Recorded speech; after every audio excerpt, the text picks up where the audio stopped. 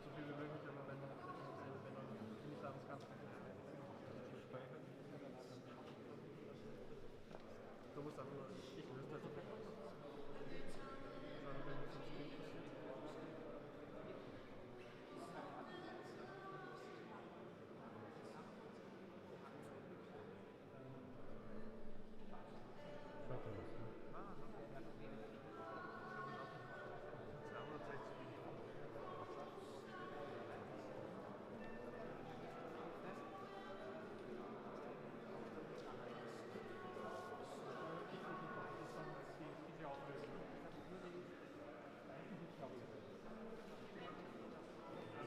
Falls das quasi nicht mehr rot ist und nicht mehr recorded, dann nochmal hier da vor, dass der Recorder wird.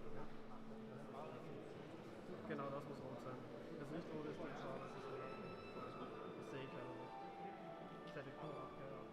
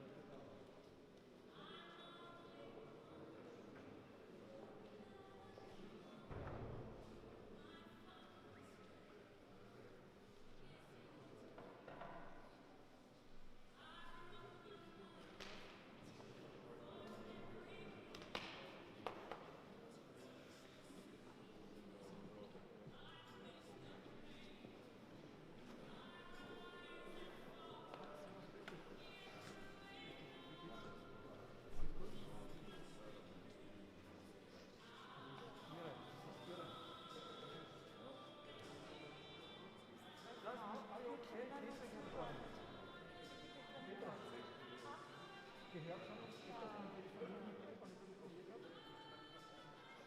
Wir haben auch gesprochen.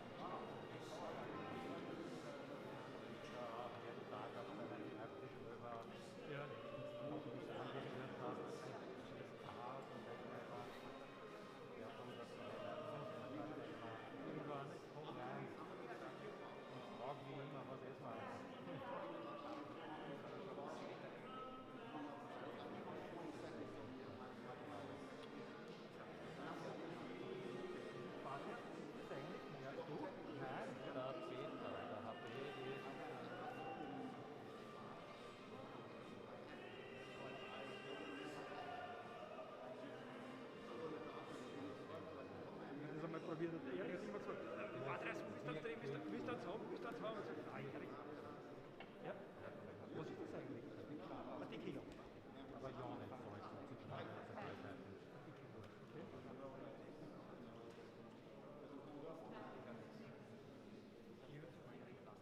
Ich habe einmal in meinem Leben Waren alle. seitdem nie wieder. Wahnsinnigen Vollmecker, mit Zitrone und Salz.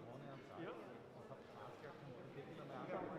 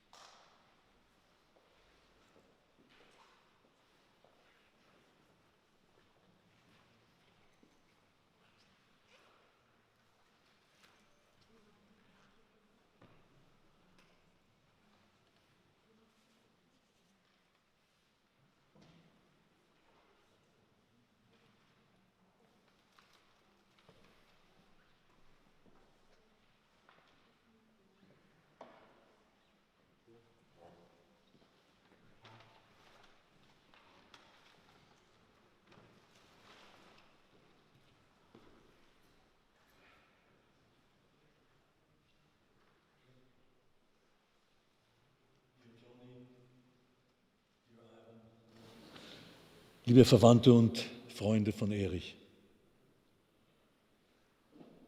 Wir verabschieden heute einen geliebten Bruder, einen wunderbaren Freund sowie einen Menschen, dessen Humor und Hilfsbereitschaft wohl niemand vergessen wird, der mit Erich jemals Bekanntschaft und Freundschaft geschlossen hat.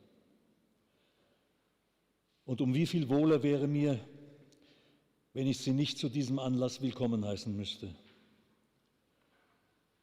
Bereits Erichs Vater Joe haben wir hier vor knapp 14 Jahren verabschiedet.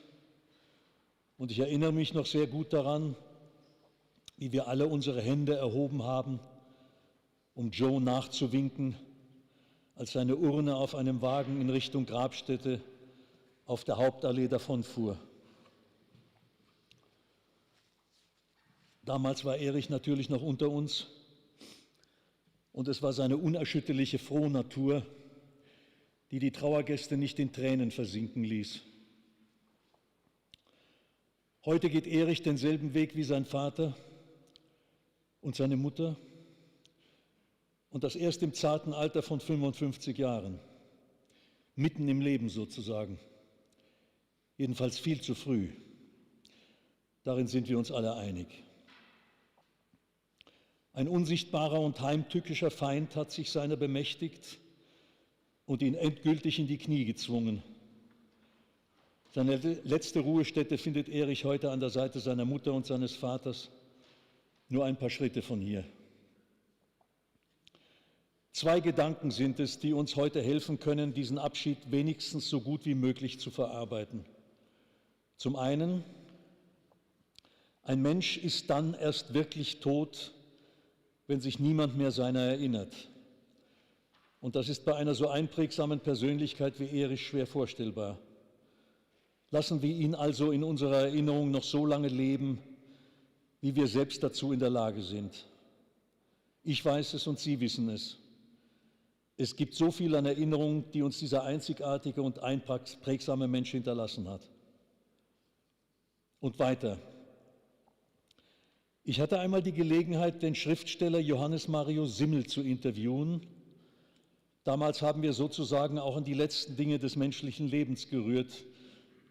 Und damals meinte Simmel, dass der menschliche Körper zu etwa 70% aus Wasser besteht. Stirbt der Körper, dann entweicht das Wasser dem Körper, steigt auf und wird zu Wolken, die dann irgendwann einmal wieder das in ihnen gespeicherte Wasser in Form von Regen entlassen und damit neues Leben ermöglichen.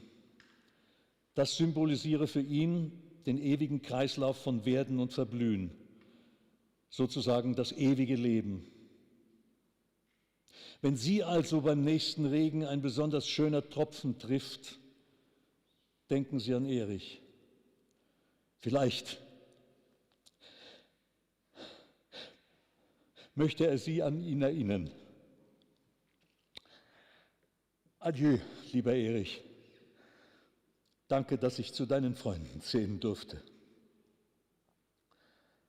Eine Filmcollage, die Erichs Bruder Toni Zawinul in Memoriam Erich zusammengestellt hat, wird Ihnen jetzt noch einmal vor Augen führen, welch unermesslichen Verlust wir heute zu beklagen haben.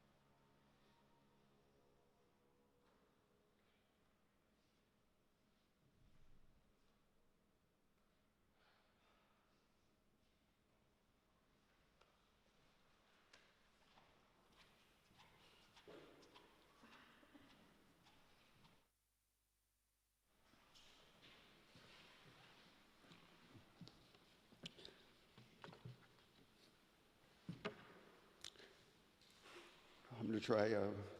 I have something written, but after watching this, I think I'm going to just say what I feel, and right off the top of my head here. First of all, I would like to say, for my brother, one of his favorite words is "you dig." Erich,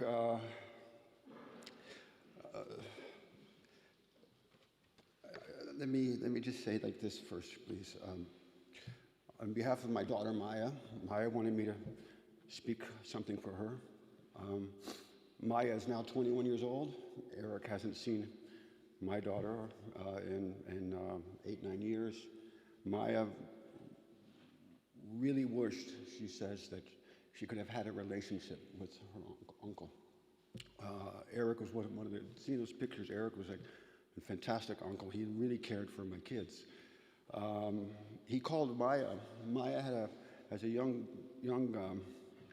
girl, Maya had a problem with transportation. Everywhere she went, she would be sick in a car, on an airplane, in a boat. And Erich came up with a fantastic nickname for Maya, Vomit Girl, or V-Girl. And that sticks with Maya today. In every conversation and some of the correspondence they had, it was always, hey, how's V-Girl doing? Vomit Girl.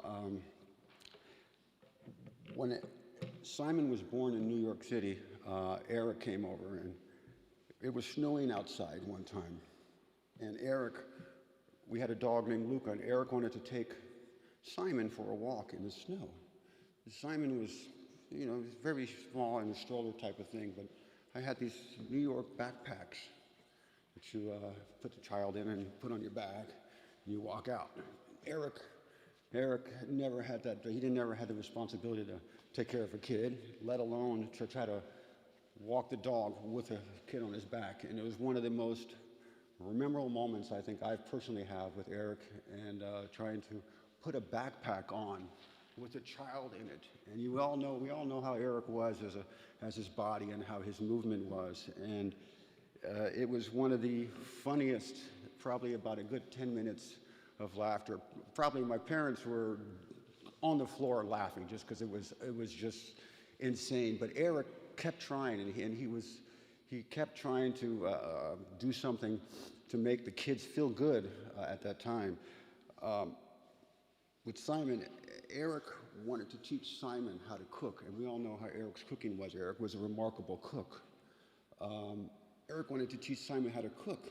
So I'm in the studio in the back working, and Simon comes running in and says, Dad, Erich, just show me how to make a hamburger. Come on, Dad, you got to come take a look. So I go into the house, and it was probably the most amazing hamburger I've ever seen. It was 6 patties. It had a bunch of tomatoes, everything on it. It was just huge, and I was like, okay, you're teaching a 7-year-old, 8-year-old how to cook. He didn't hold any bars on that.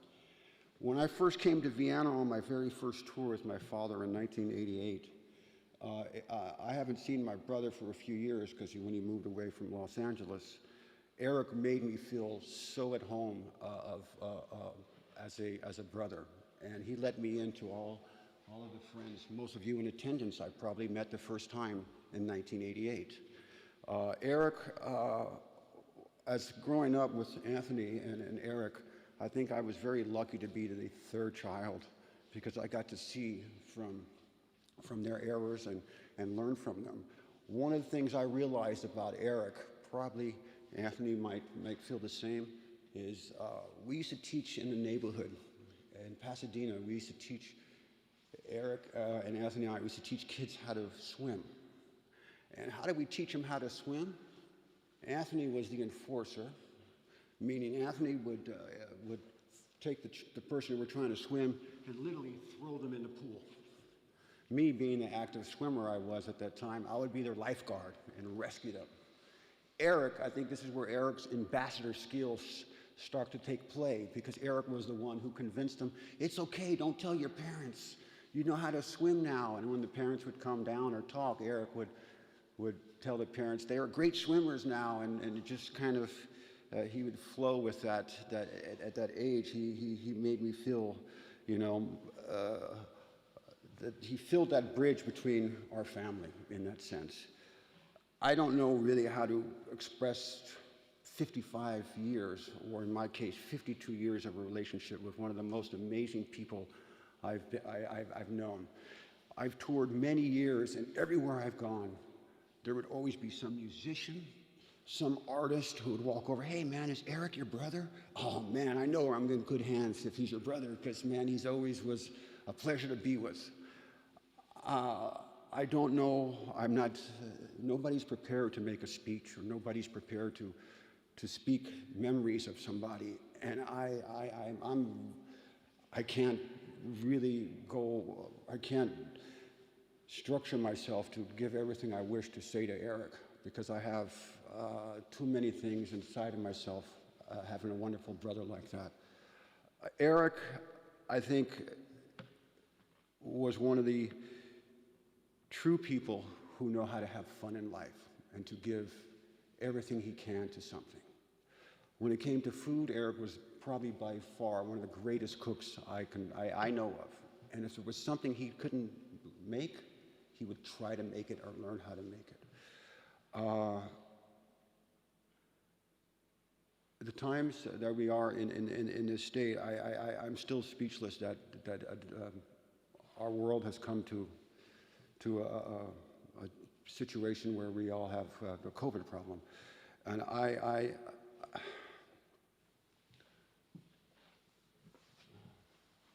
excuse me.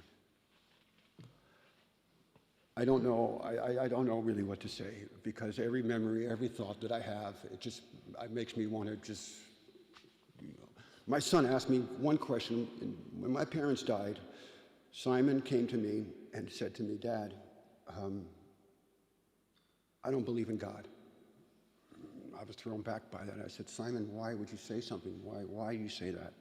He goes, "Well, if God took the two greatest people on earth, being his grandmother and grandfather," and I kind of talked him away from that and kind of gave a realistic response to that thought he had. Unfortunately, I asked myself that question in the last few weeks. If there's really a God, why did he take one of the greatest people from my life? When my parents died, we became a family. We became a little bit, everybody had a different world. Anthony, Erich, and myself were all different parts of the world. But Erich still kept something together. He tried. He always tried. He tried with his friends. You know, there was no barrier with Erich at all. No barrier. And that I owe a lot of things of my memories. Greatest accomplishments that I've shared in my life began with Erich being next to me. My first big concert I ever been to, Erich was next to me. Peter Gabriel. I was scared of ants as a child. So what did Erich do to get me scared over ants? He pushed me in a big barrel of ants. That's not really the great way to get over ants, but I got out of this barrel, and on my body was hundreds and hundreds of ants. And he ran with me and threw me in a pool. And from that day on, I was never scared of ants.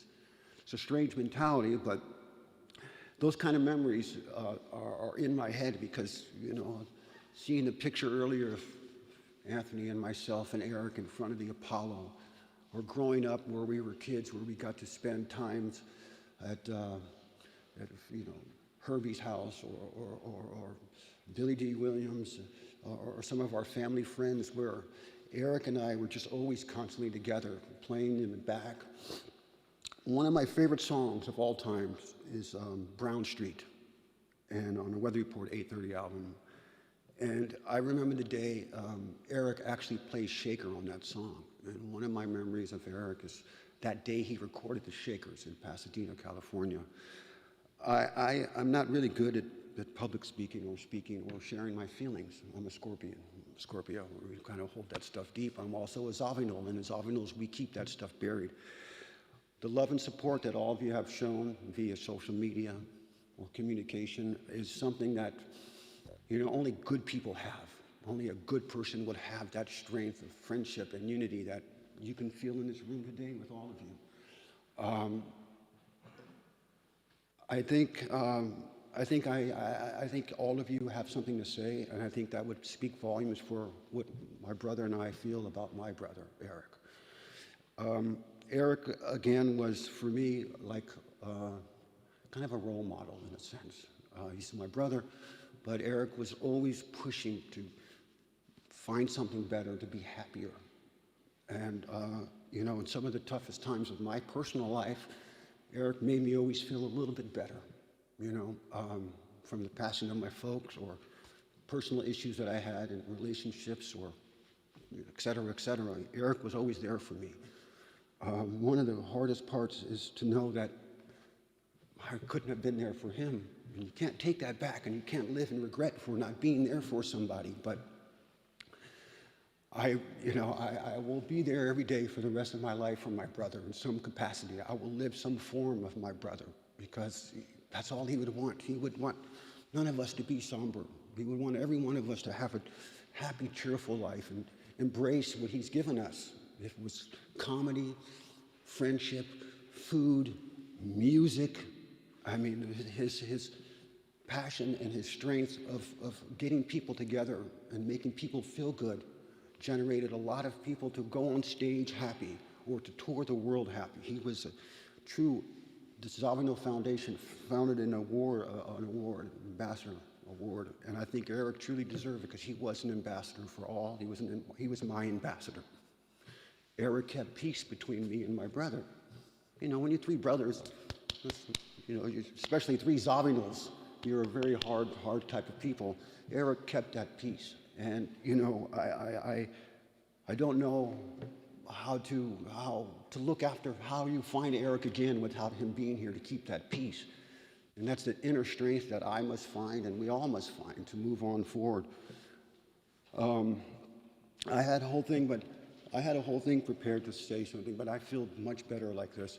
One thing, I wanted to make a few off remarks, but I don't think it's appropriate, but I do have to say, I wore particular white socks today because my whole time, every time I would get dressed up, Erich would say, come on, man, come on with the white socks, man.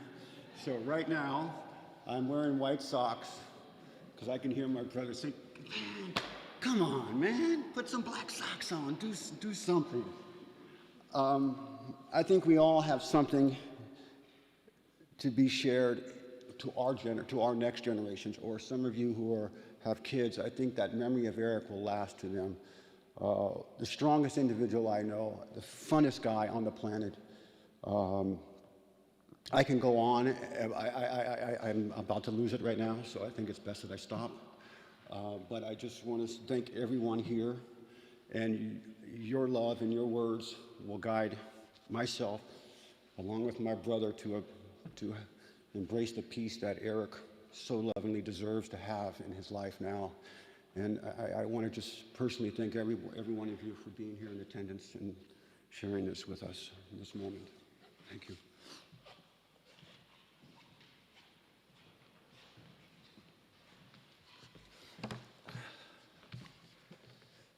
Ich habe Erich 2008 kennengelernt. Wir waren uns direkt sympathisch. Ich damals mitten in meinem Coming-out und neu in der Szene. Hat mich Erich umgehend in seinen Freundeskreis eingebunden, zu Partys und Veranstaltungen mitgenommen und mir die Chance gegeben, beim Liveball zu arbeiten. Hier konnte ich einige Freundschaften fürs Leben schließen, wofür ich Erich bis heute sehr, sehr dankbar bin. An legendäre Partynächte auf Erichs Dachterrasse bis zum Sonnenaufgang denke ich heute noch sehr gerne. Erich war dieser Typ Mensch, der immer für einen da war, mit Rat und Tat zur Seite stand, immer ein offenes Wort hatte, ein offenes Ohr hatte und mit dem man immer Spaß haben konnte. Einer, der sich hinten angestellt hat und zuerst geschaut hat, dass es den anderen auch gut geht. Als ich von seinem Tod erfuhr und unseren Chatverlauf aufgerufen habe, musste ich feststellen, dass der letzte Kontakt beim Liveball 2019 und im Sommer danach war. Dass wir uns seit 1,5 Jahren nicht mehr gehört haben, hat mir einmal mehr vor Augen gehalten, wie schnell die Zeit vergeht und wie wichtig es ist, seinen Kontakt zu Freunden zu pflegen, denn das Leben ist oft leider viel zu früh zu Ende. Rest in Peace, Erich. Es war mir eine Ehre, dich als Freund gehabt zu haben und so viele lustige und fröhliche Stunden mit dir zu verbringen. Du fehlst uns jetzt schon.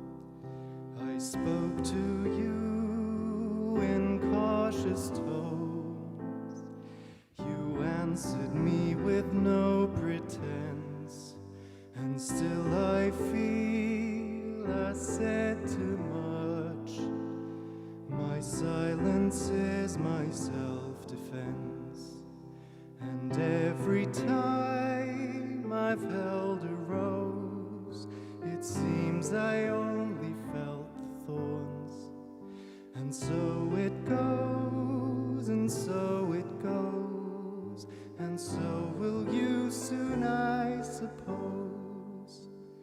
So if my silence made you leave, then that would be my worst mistake. So I will share this room with you, and you can have this heart to break.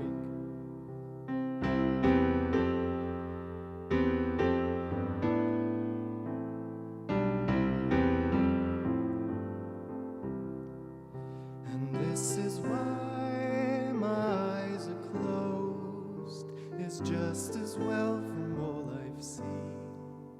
And so it goes, and so it goes, and so will you soon, I suppose. So I would choose to be with you. That's if the choice were mine to make. But you can make decisions too, and you can have this heart to break.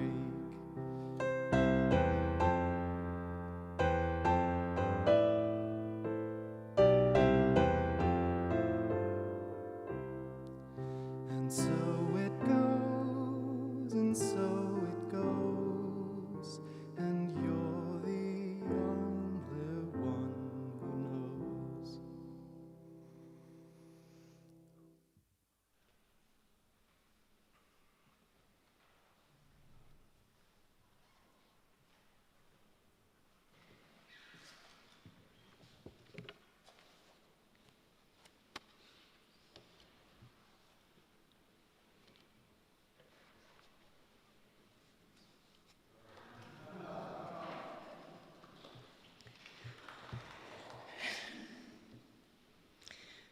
Grüß Gott, Erich. Dear Anthony and Ivan, liebe Verwandte, Freundinnen und Freunde von Erich. Deine Erdzeit und der Hauch der Ewigkeit. Ich möchte mit einem Gedicht von Rainer Maria Rilke beginnen. Ich lieb ein pulsierendes Leben. Ich liebe ein pulsierendes Leben, das prickelt und schwellet und quillt, ein ewiges Senken und Heben, ein Sehnen, das niemals sich stillt. Ein stetiges Wogen und Wagen auf schwanker, gefährlicher Bahn, von den Wellen des Glückes getragen, im leichten, gebrechlichen Kahn. Und senkt einst die Göttin die Waage, zerreißt sie, was mild sie gewebt. Ich schließe die Augen und sage, ich habe geliebt und gelebt.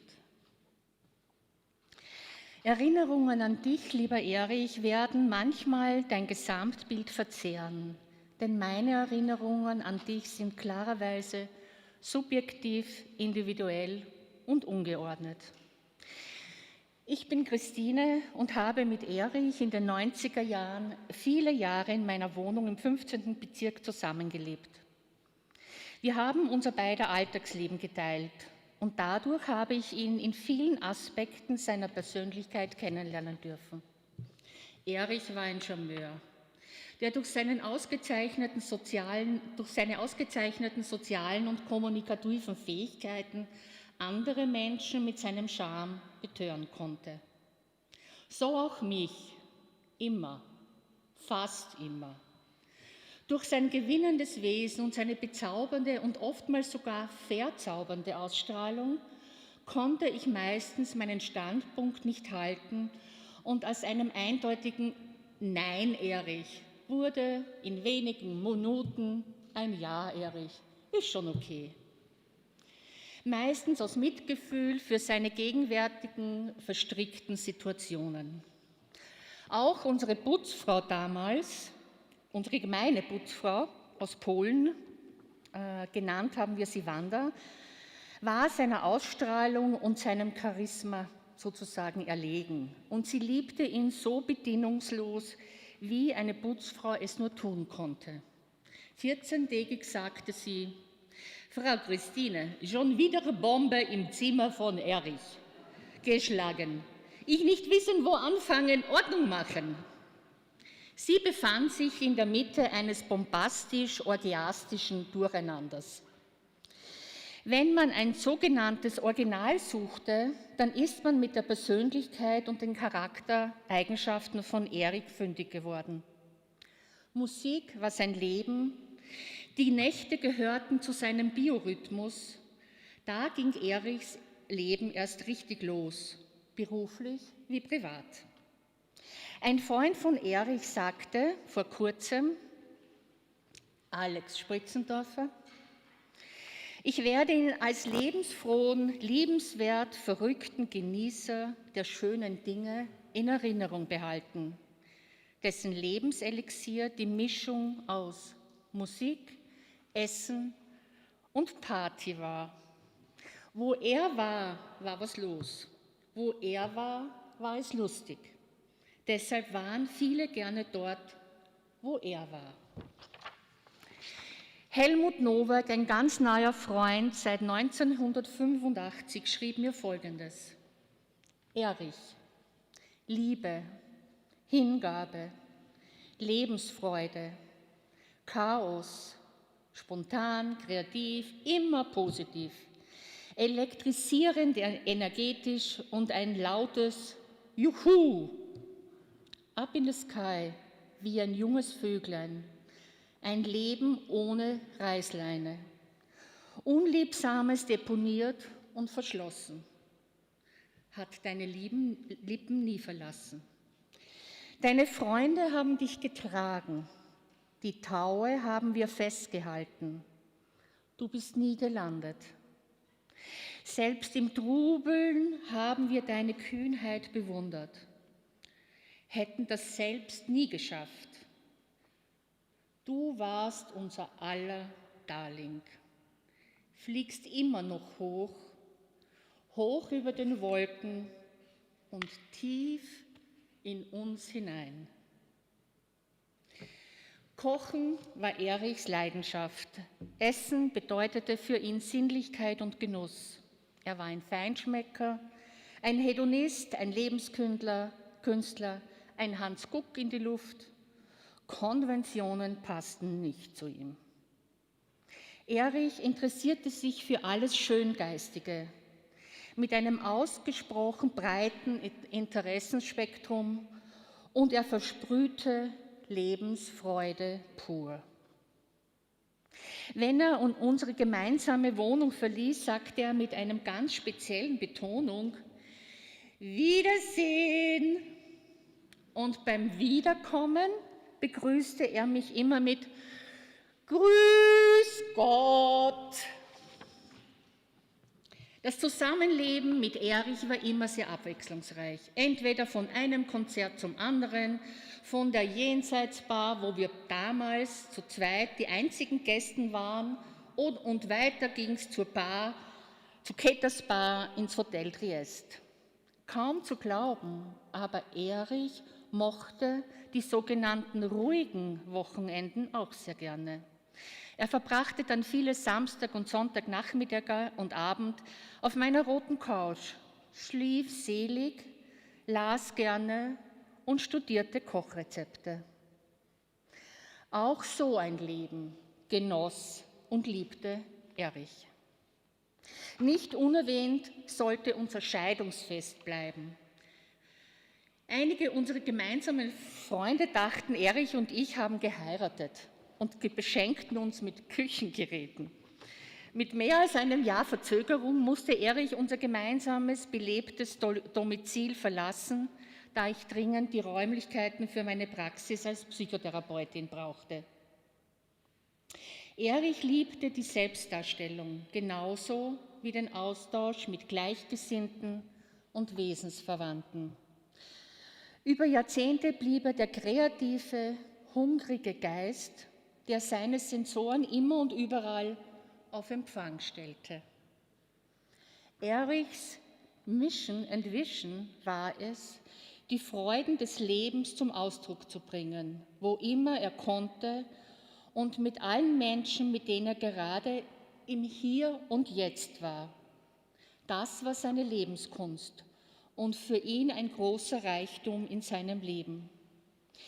Richie Hörmann bezeichnete es bei einem Telefonat so: Jede und jeder hatte ihren und seinen Erich. Dem kann ich nur zustimmen. Er wird uns allen schmerzlich fehlen, denn kaum einer verband so überzeugend Chaos mit einem Auge für guten Geschmack. Erich ist in seiner Einzigartigkeit unersetzbar. Was Erich an Gutem in die Welt hinausgetragen hat, geht nicht verloren. Und dann kam sie, diese furchtbare, alles auf den Kopf stellende Krankheit Corona, britische Mutation B117. Und sie hat Erich nie einen Hauch einer Chance gelassen. Ich war mir immer sicher, dass Erich mich überleben wird. Mit Erich assoziierte ich nie Tod und Sterben, immer Leben und Lebendigkeit. Mag sein, dass Erich sich in eine unzugängliche Ruhe und Stille zurückgezogen hat, um über das Leben nachzudenken. Versuchen wir doch ein Stück weit Erichs Haltung den Menschen und der Welt gegenüber weiterzuleben. So bleiben wir ihm nahe und er bleibt in uns lebendig. Uns allen hier wünsche ich von Herzen, dass wir den Abschied von dir, lieber Erich, gut in unser aller Leben integrieren lernen und unsere Lebenszeit und Endlichkeit bewusster erleben. Möge dein Tod uns immer wieder in Erinnerung rufen, im wesentlichen Sein zu leben, individuell und kollektiv. Und möge uns diese Übung gelingen. Ich werde nun meine Würdigung mit Rainer Maria Rilke beenden.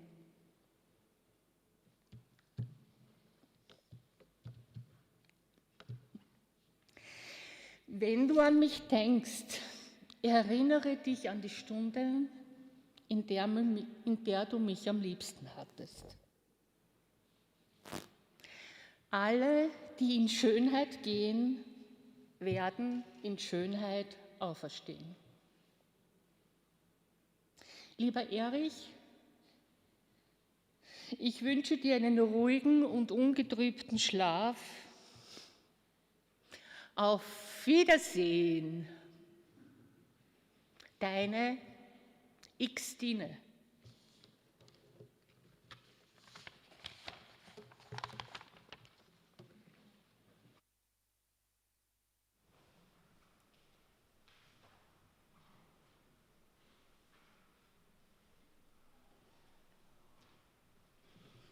Hello.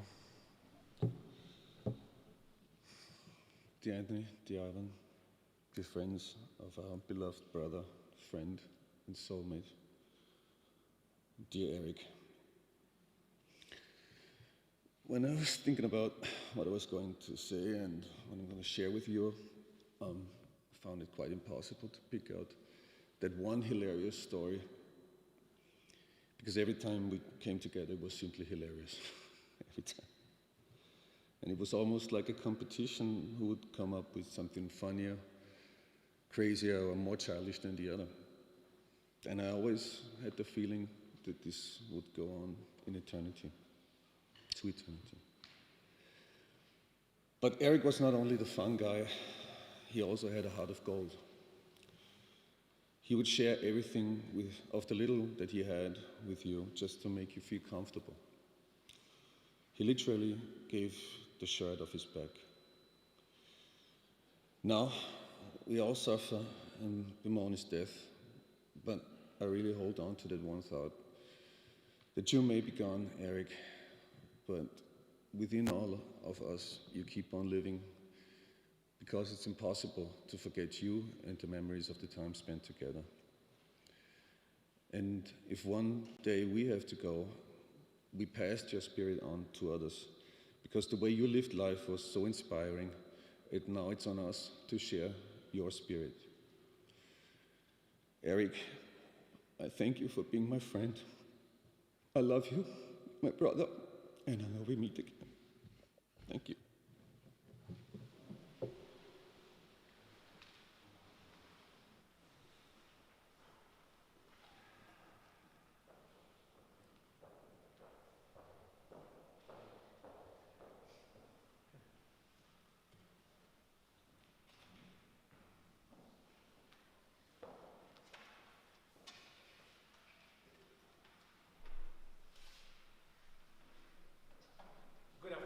Hello, good afternoon. Some of you might not know me, but you need to know that Erich is a guy that personally took me by the hand, brought me into his father's club, started my first sessions here in Vienna, and introduced me to people in Eastern Europe and helped me with my career in Europe.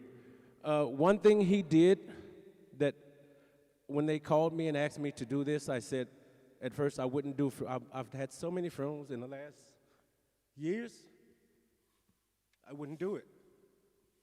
But I talked to the brothers and said, if I can do it in memory how I want to remember him, I would ask everybody to please stand up, get the tears out of your eyes, and remember Erich for how he was. If you know this song, sing it with me. If you want to clap your hands with us, and we do it in Erich style.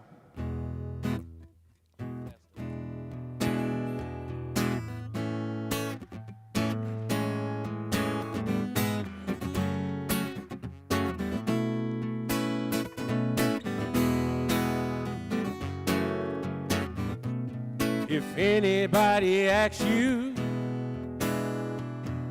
where I am going, where I am going soon, and if you want to know where I am going, where I am going soon, I'm going up yonder, I'm going up yonder, I'm going up yonder.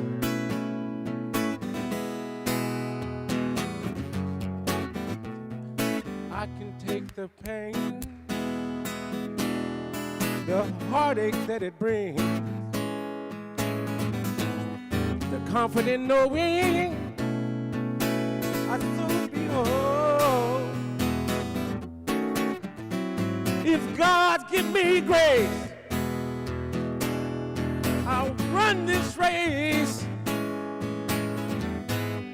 till I see my Savior face to face. I'm going up yonder, I'm going up yonder, I'm going up yonder to be with my Lord. I'm going up yonder, I'm going up yonder, I'm going up yonder to be with my Lord.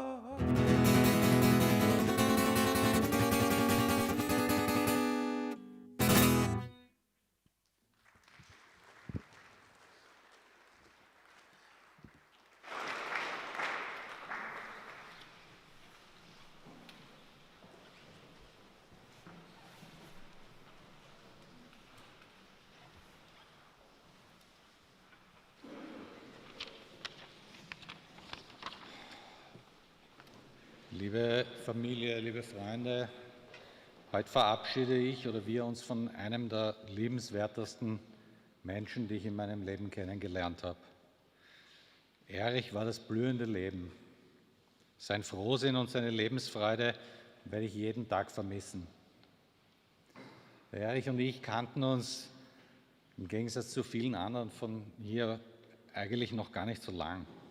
Aber es war vom ersten Tag an eine wahnsinnig innige und ehrliche und herzliche Freundschaft. Am 22. Jänner am Vormittag, als ich Erich endlich erreicht habe und er mir erzählt hat, dass er in der Nacht die Rettung gerufen hat und im Spital ist, habe ich mir irrsinnige Sorgen um ihn gemacht. Aber Erich war eigentlich gut drauf und stolz auf sich selbst, dass er so stark war und die Rettung gerufen hat. Und er war frohen Mutes und er hat gesagt, na jetzt wird alles gut.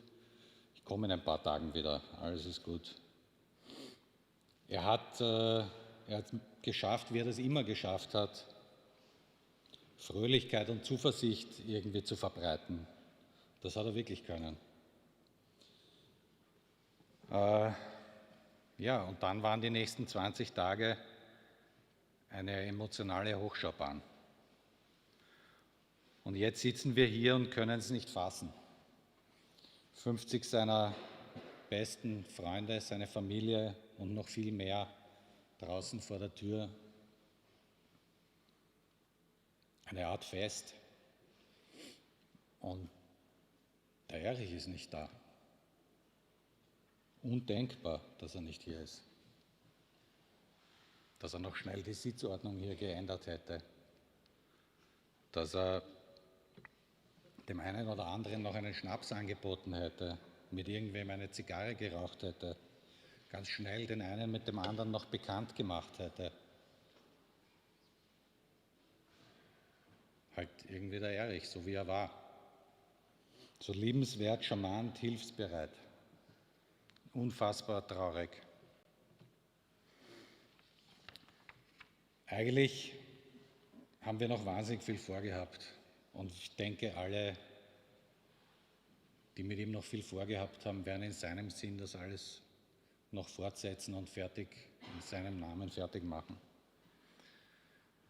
Lieber Erich, ich wünschte, dass du die vielen lieben Menschen jetzt um dich hast, die du geliebt hast und die dich geliebt haben. Und dass du sie bekochst, wo immer du jetzt bist, und sie unterhältst und ihnen beibringst, wie man den perfekten Schweinsbraten macht. Und dass ein Essen ohne Speck eigentlich kein richtiges Essen ist. Erich, passt.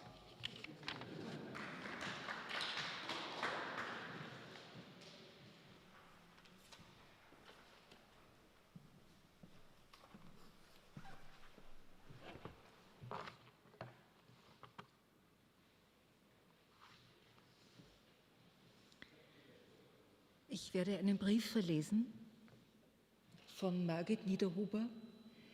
Ich bin Christa Zöchling, eine Freundin.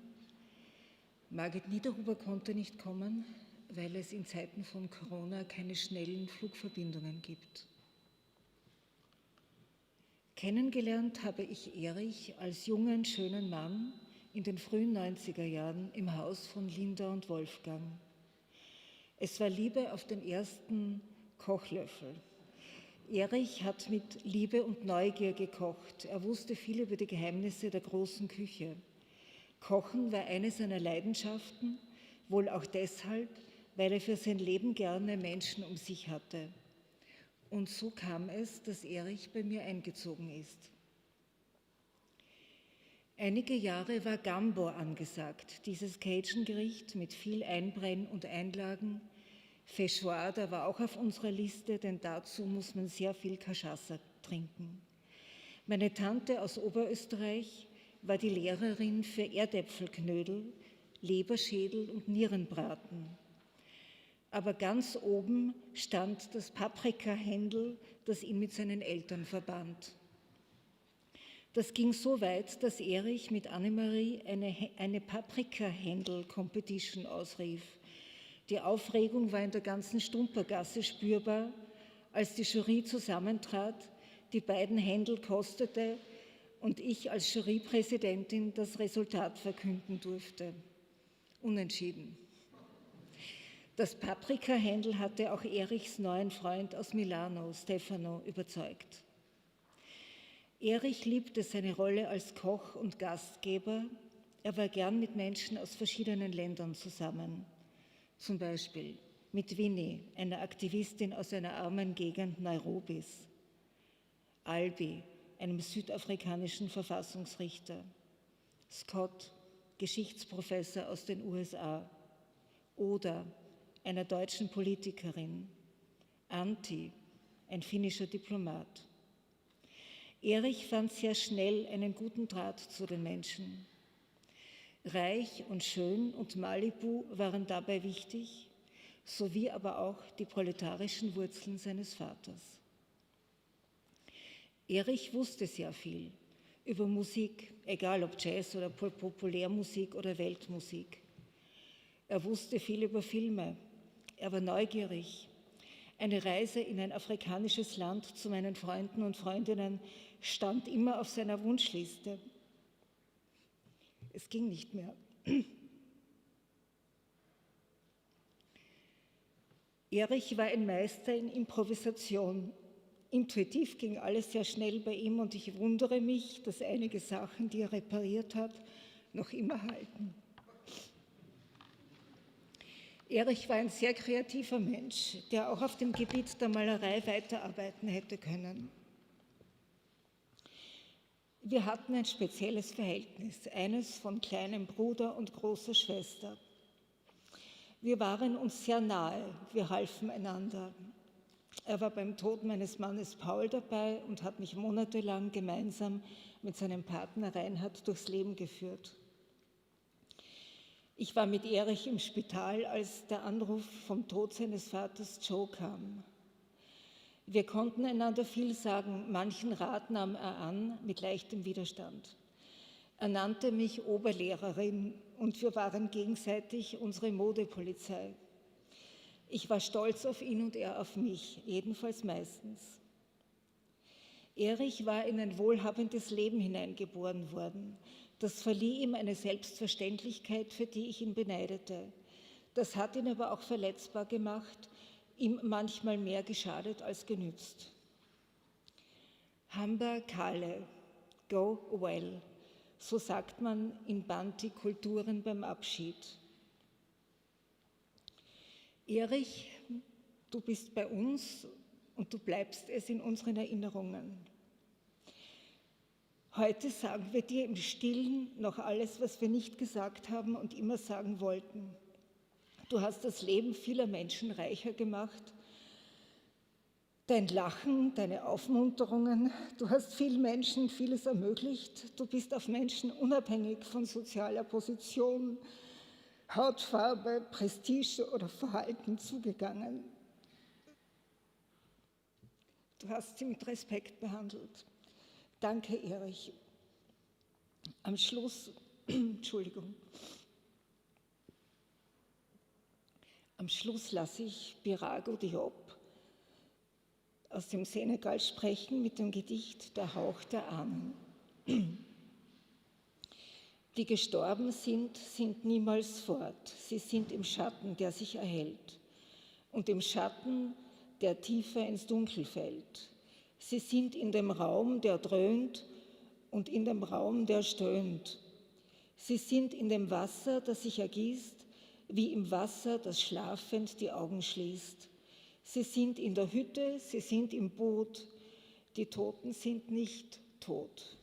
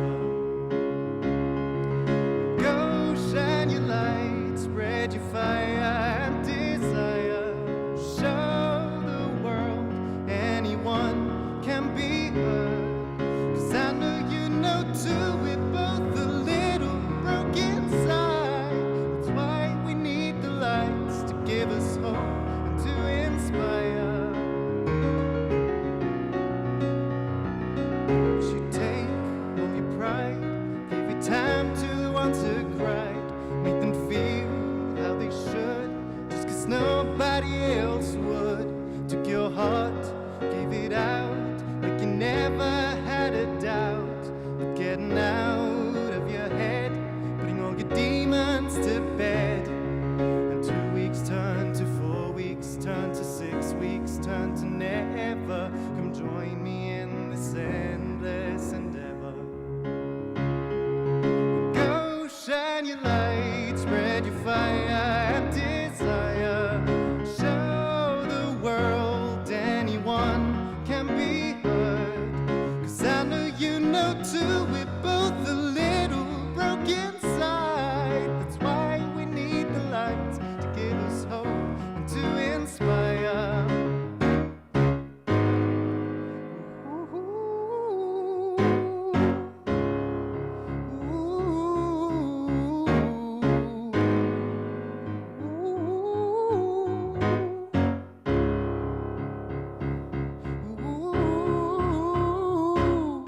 Go shine your light, spread your fire and desire.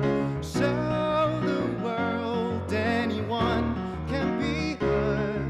'Cause I know you know too, we're both a little broken inside. That's why we need the lights to give us hope and to inspire.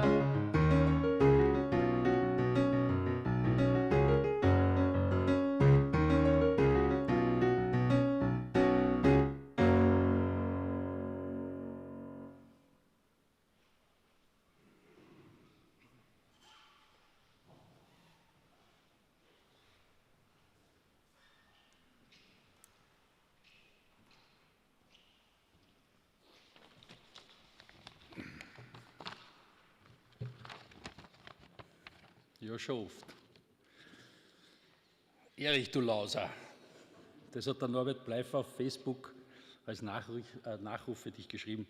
Erich, du Lauser, das ist vielleicht die schönste und treffendste Bezeichnung, die man im Österreichischen für jemanden finden kann, der absolut liebenswert, aber doch auch ein kleines Schlitzohr ist. Erich, du Lauser, wir haben dich geliebt, wir haben mit dir unendlich viel Spaß gehabt. Du hast mir eine Welt gezeigt, die ich bis dahin nicht kannte. Du warst mein Bruder seit 1986, durch dick und dünn, up and down.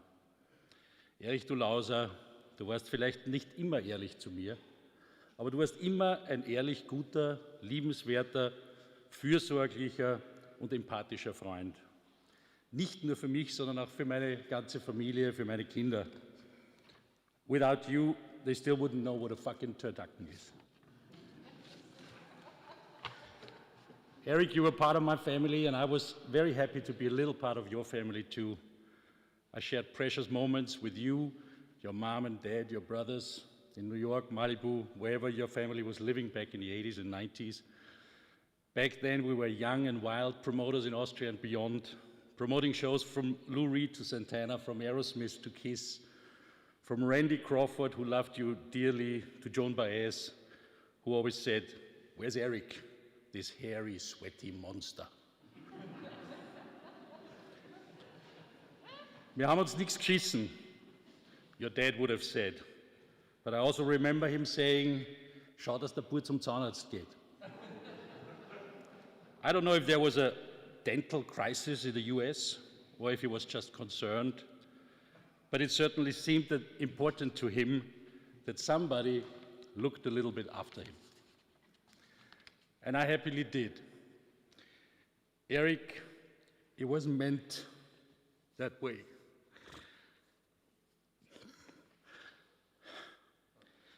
You should have been talking at my funeral, not the other way around. But that's what it is, and as he always said, life's a bitch, and then you die. And that's it.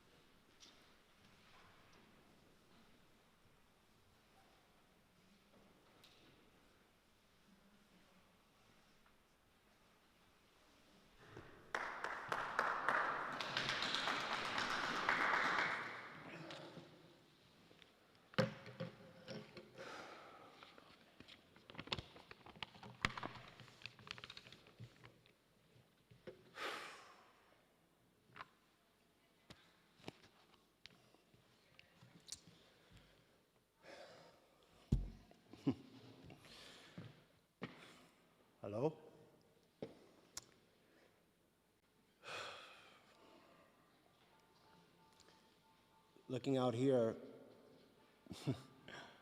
if Erich was here right now, he'd say, if it was in another situation, we were sitting here together, he would say, go do your Obama thing.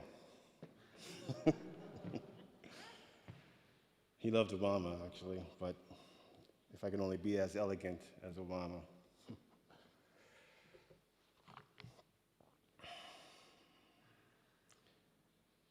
My dad once told me when I was about 11,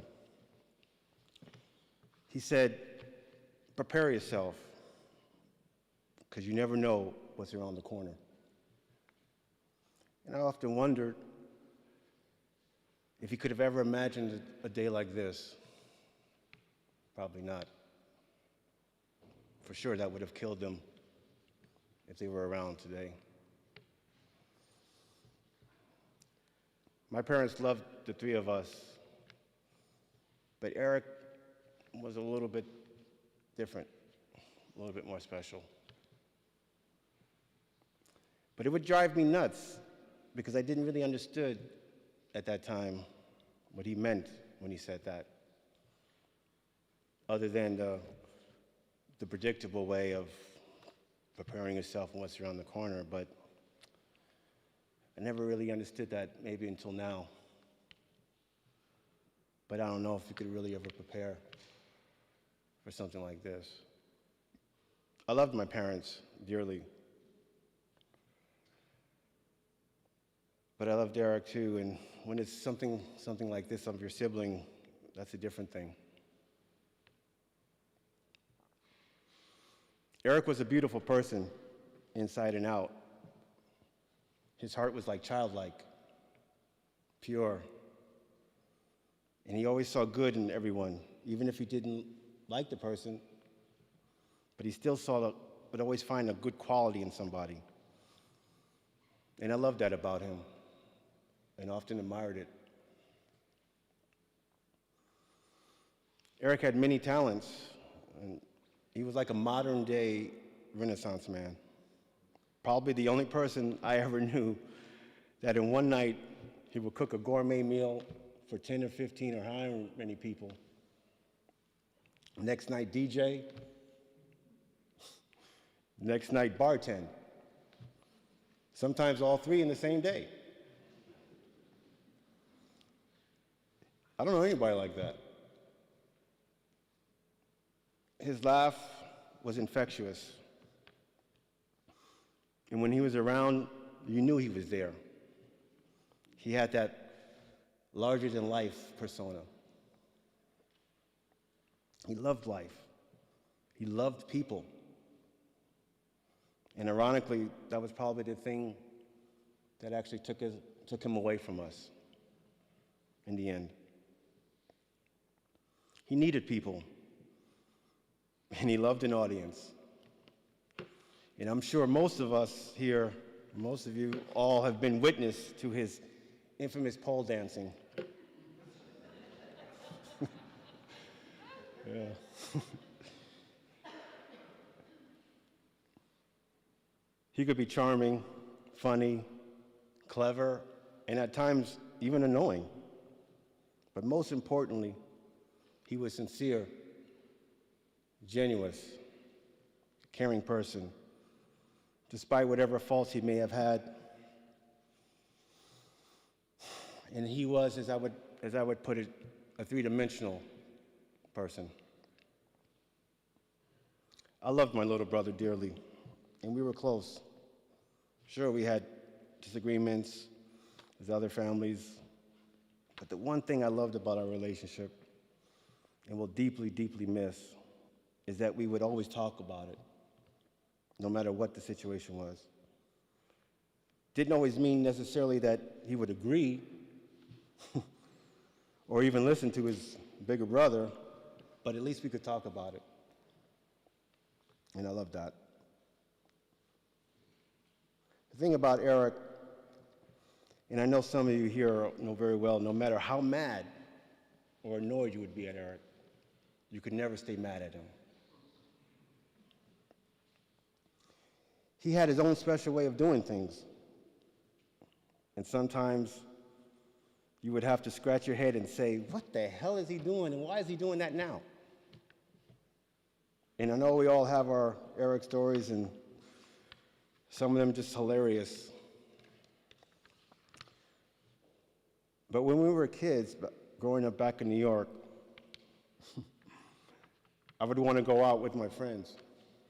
And my parents would say, take your brother with you. And I'd be like, what? Really? Why? And they'd say, just because, and it's non-negotiable. There's no democracy here, so just take him. And that's how it was for years. And by the time we moved out to California, and I was in high school, and finally being able to go out on dates, and I'd say, hey, Mom and Dad, I'm going out on a date. And they'd say, well, take your brother with you. What? Why? Because we said so. It ain't a democracy. It's non-negotiable. But this one particular time, I'll never forget, he came with me on a date. And we went to a Mexican restaurant in Pasadena, Ernie's Jr.'s, famous little Mexican restaurant. And we sat at the table and trying to be a gentleman and pushed a chair for the date. And then Erich sat down like, yeah, sit down, yeah. And the waitress came with the menus, and Erich said, I'll be right back. He got up and left. And he was probably about 12, I was about 17. And after a while, the waitress comes back and says, okay, what do you have?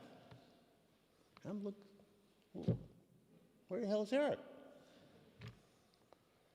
So I get up, and I walk towards the restroom, and as I walk towards the restroom, I pass the kitchen, and there's this big open window that you can see to the kitchen. And there's Erich standing in the kitchen.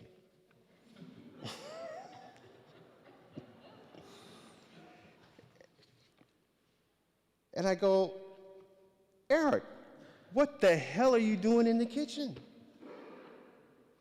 And he says, hey, it's fine. I'm showing them these guys how to make tacos. And I'm like, we're at a Mexican restaurant with Mexican chefs, and you're showing Mexicans how to make tacos? And he says, no. I'm showing them how to make my Mexican tacos.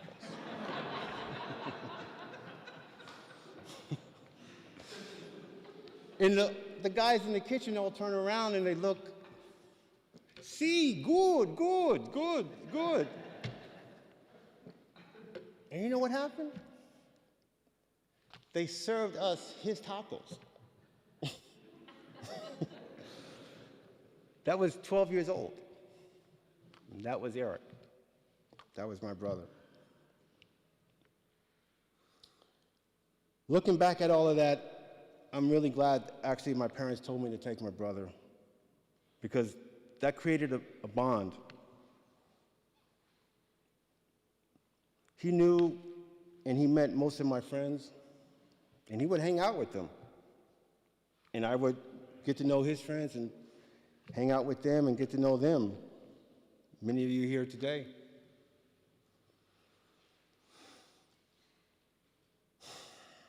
That was another one of his talents. He would, and he could connect people. And his nickname in our family was the social director. Because it didn't matter what my parents had scheduled for the day. He would change that and say, no, no, no, we're going to do this. Okay? And they would laugh. And we'd just let them go ahead because what can you do? That's Erich. And it would be funny. But you knew in his heart, all he wanted in the end of that really was that everybody was having a good time. His intentions, like I said, even at the harshest times, sometimes it could be overkill because he wanted to always give so much. And it would be annoying, actually, sometimes. And one time I remember, my mom was in the hospital. It was the last few months of her life. She had tubes hooked up to all kinds of machines. She wasn't able to talk, but she could write everything. And we knew it was a matter of time. But she was a fighter. And she was in the ICU unit. And I had been there every day for about 5 months, every single day. And the nurses, they all got to know me, and they would let me stay after hours in there because I had been there so long. And this one particular time, Erich came in to help me.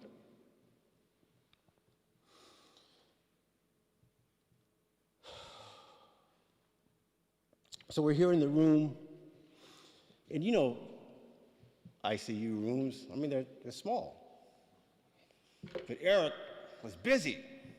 He was busy, and he was up and down, moving around and pushing the button on the bed, so my mom was, you know, and are you comfortable? And fluffing her pillow, moving her, and she was all like this, and you know, and he's moving, trying to, hey, Mom, I'll massage your feet, put the lotion, and you know, and all this chaos going on in this little room of busybody, because he wanted to help so much. After a while, I was driving my mom so nuts. She wrote down on her board what she would do, and she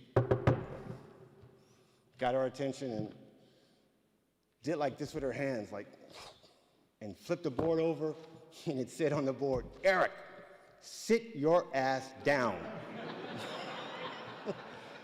Now, that takes talent to be able to, in a situation as dire as that, to bring some kind of laughter in a situation like that.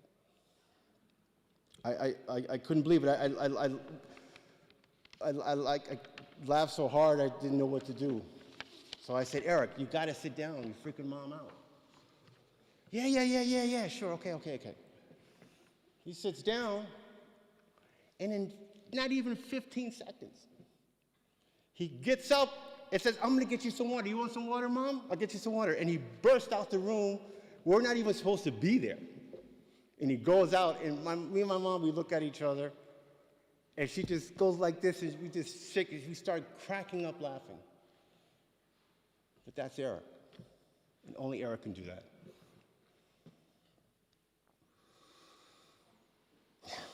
Erich was a restless soul. And that's why he had to keep moving. His mission in life seemed to be to make sure everybody was having a good time, no matter what the situation was. He was truly blessed. He knew so many people, and he touched the lives of so many people. I'm so proud of that. Even if you met him one time, he left an impression, made an impact. He brought joy and warmness into your life, and every once in a while, even a little heartburn and chaos. But you loved him for it. I loved him. We loved him.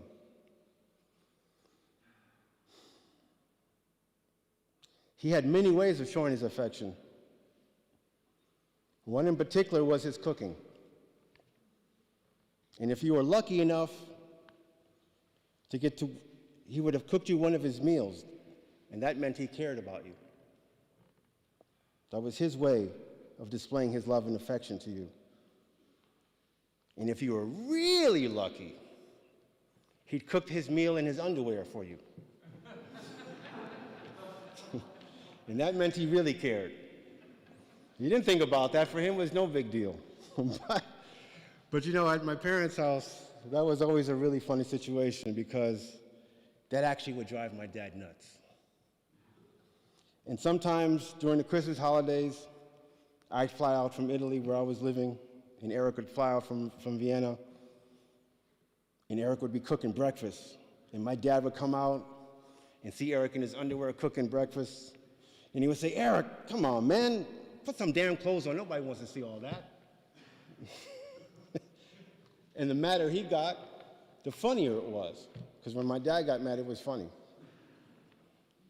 And my mom would laugh, or we would laugh, and it would just go back and forth, and it would just be total chaos. But that was Erich. He had his own unique way of doing things, and you had to love it. He was a caring individual. And when I was going through my own personal hard times, it was Erich that was there for me, comforting me, comforting his big brother. He would check on me every day, and I mean every day, several times sometimes in the day, in fact, and he would do all he could and cheer me up, make sure I was okay. He was like my big bear. Even though we lived in different countries, Italy, Vienna, or Italy, Los Angeles, or Vienna, Los Angeles, didn't matter, because we always talked at least once a week. Sometimes more, but for sure once a week.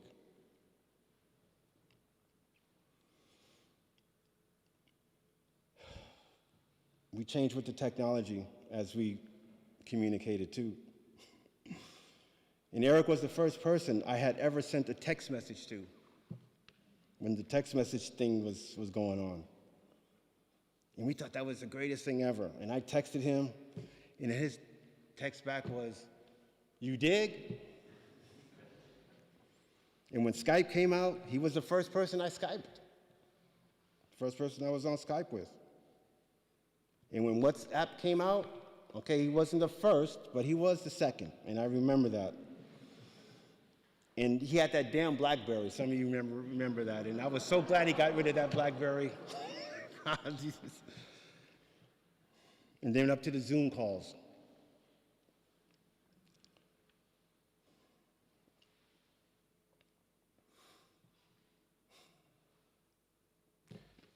That was our last picture together on the right. 2019, just before the pandemic was coming around, we didn't even know.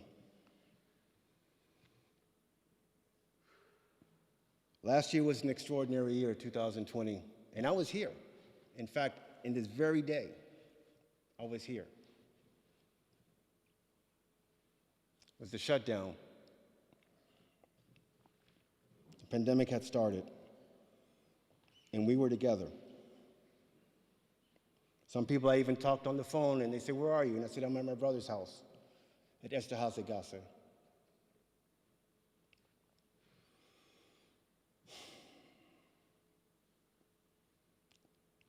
And when I was able to finally leave, my last night here, we had dinner together.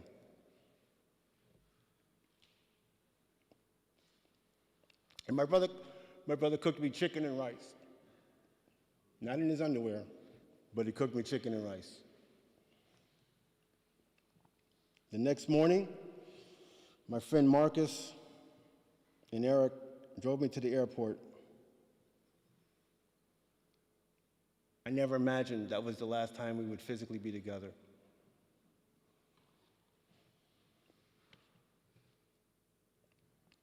And during the year, with all the craziness going on in the world and all the madness and all this and going on, especially in the States, and Trump, Erich would call me, and he wouldn't say hello or anything, but it was his voice. And he would be, in his very colorful way, he would shout, "Trump, punk ass mother, Trump, he needs to go, biatch." What is up? And I was out there during the summer with all the protests going on, shooting all the protests, and Erich would call me and say, "Where you at, Holmes? Black Lives Matter." And I would turn on the video and I'd show that I'm right here, I'm here. He says, "What? Man, Black Lives Matter, Holmes. And I said, yep.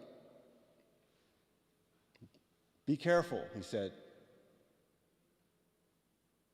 Be careful. My little brother telling me to be careful.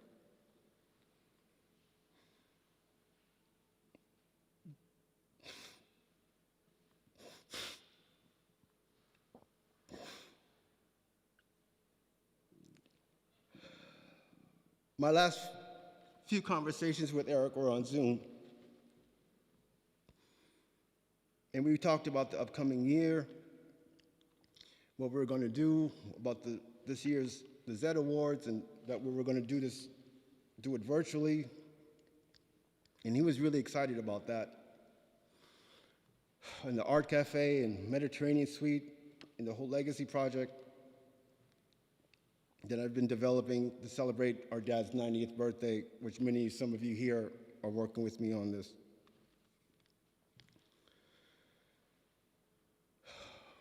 Our last Zoom call, a few days before he went into the hospital, he said,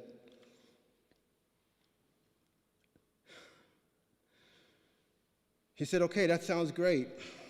And he says to me, do you have any of those Padre Azul bottles left from the last time when he was over and that he would leave over? And I say, sure. And he said, well, bust it out, Holmes. Which in American slang means open a bottle. And I said, Erich, it's 11 o'clock in the morning here. I'm not opening a bottle, drinking no tequila. And he said, come on, man, don't be a square. Drink. And you know, Erich, he can charm an elephant to wear pajamas and dance. And so he says, I want to have a toast for my brother. I said, okay, so just one drink. Yeah, sure. Well, we know how that ended.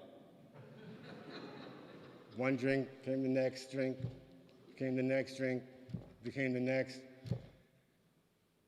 And when I finally hung up, I said, God damn if he didn't get me drunk at 11:30 in the morning. I'm done. But he can do that. And you got to be prepared if you drink with Erich. But after that, I didn't hear from him for a few days, which I thought was a bit strange, but I didn't really think about it.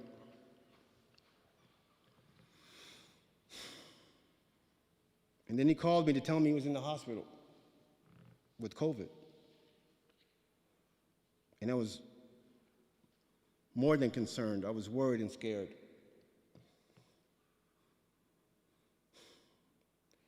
In those last weeks of being on the phone at midnight to late in the morning and throughout the day on the phone with the doctors and with Axel,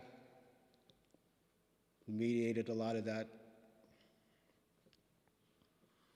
And I want to especially thank, because it was because of Axel, I was able to talk to my brother the last time when he woke up from being in the intubation.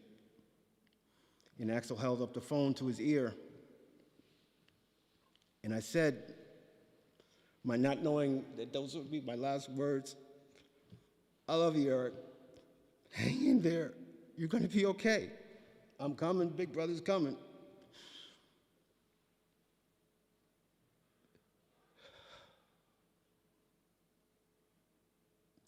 I also want to thank Peter and Tina for this, because when I told them, they immediately tried to arrange for me to get out here as soon as possible, to get out here that week when he was awake, and we thought he was going to make it. But it wasn't meant to be.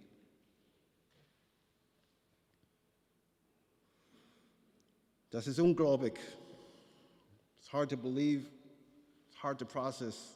I feel like any moment he's going to come in and say, "What's up, Holmes?"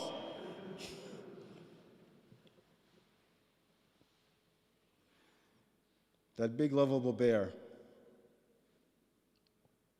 Erich didn't deserve this. Maybe the man upstairs, he had other plans for him. Well, I don't know, because the man upstairs has some explaining to me, because I don't understand why you could take somebody like Erich, so full of life at 55, what plans you had for him that would take him away from us. This room that's so full of love. And I know we all prayed, many people from even around the world, for Japan. I had a call from somewhere in Pakistan. Said, hey, Tony, I knew Erich. I'm praying for him. But our call wasn't answered.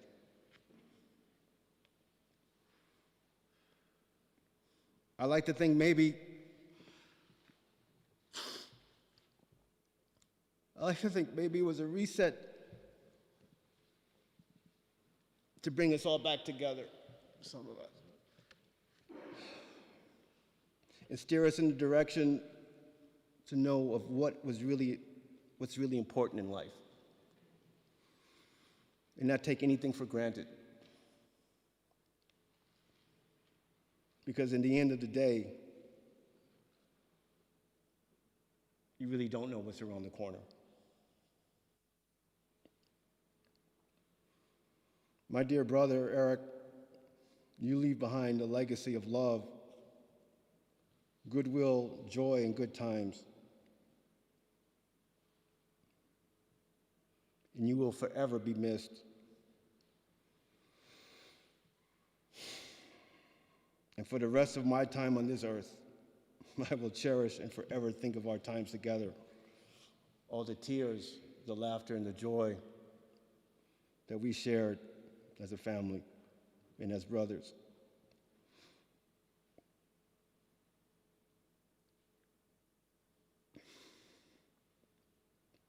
And I will honor your legacy with grace, love, and the deepest respect, because you deserve nothing less. You deserve nothing less.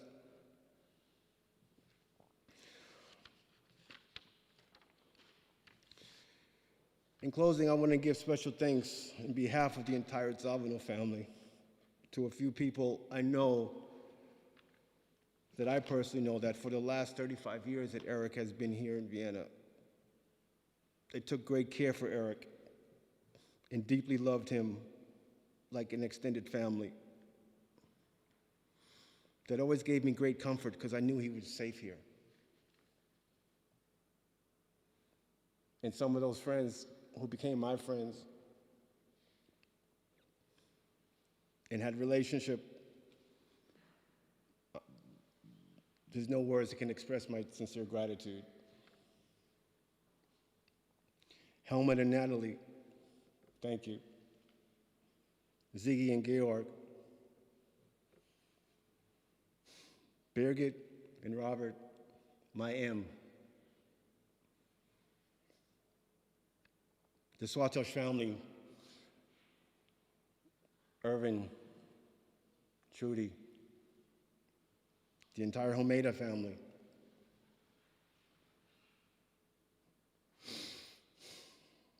the Koch family who met Erich in 2014 and loved Erich,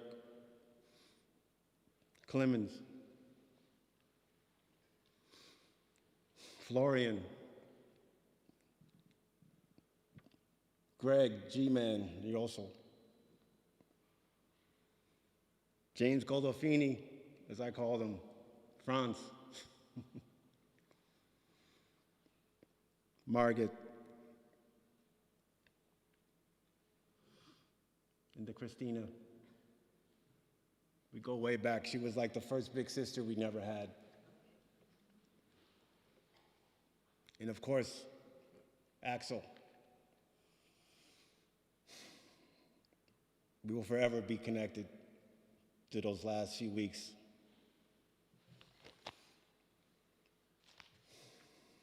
And especially Richard,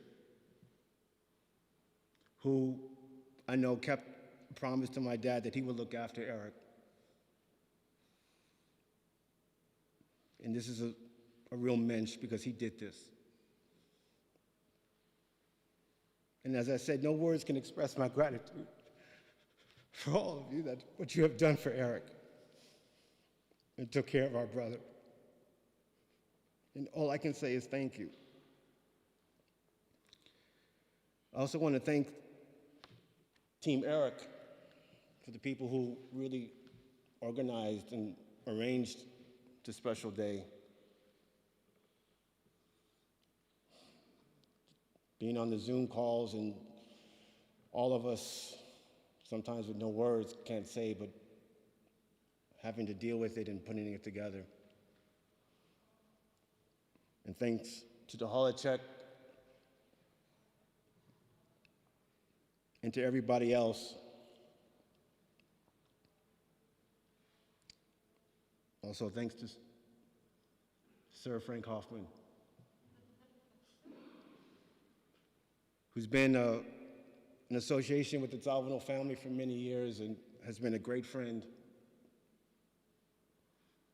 to my father, great friend to Erich, and great friend to us. And as I say in closing, I will love and respect my brother's legacy with the same exuberance I have displayed for my parents. And I want to thank everybody here.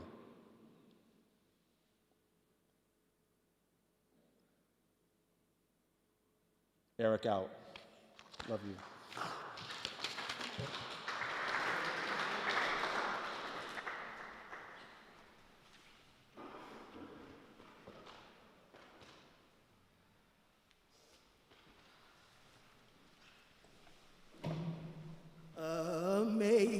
Amazing grace, how sweet the sound that saved a wretch like me. I once was lost, but now am found, was blind, but now I see. 'Twas grace that brought me safe thus far, and grace shall lead me home. How precious did that grace appear the hour I did believe. Amazing grace, how sweet the sound that saved a wretch like me. I once was lost, but now am found, was blind, but now I see.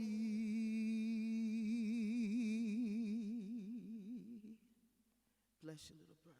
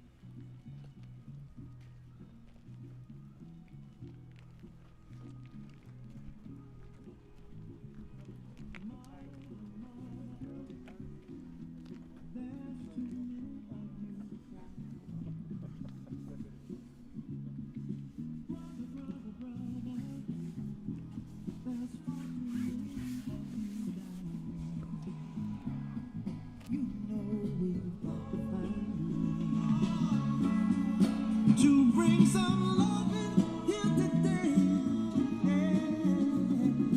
Father, Father, we don't need to escalate.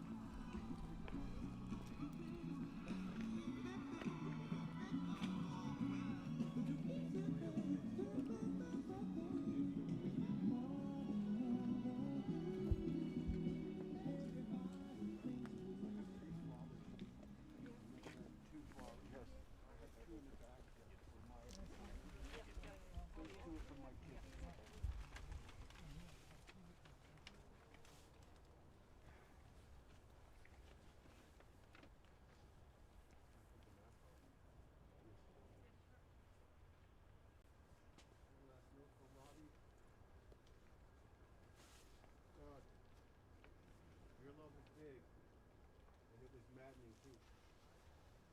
You walk in my kitchen forgetful, like you can't take over the kitchen at a time. For days you stink up the kitchen with bacon crumbs to perfection. And I've cursed you for claiming new rules for me. From then on,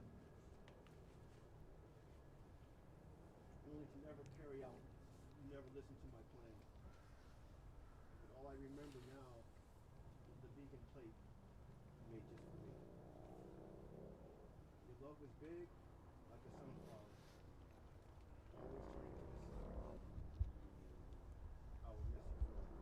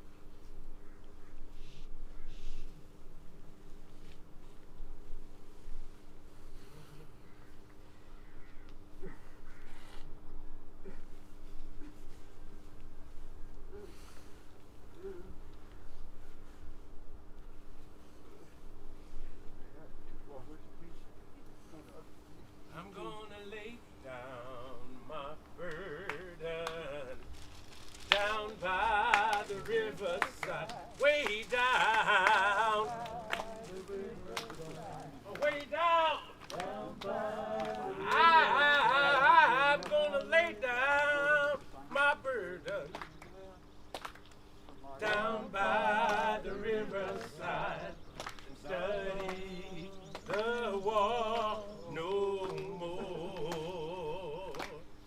Ain't gonna study the war no more. Study the war no more. Study the war no more. Ain't gonna study the war no more. Study the war no more.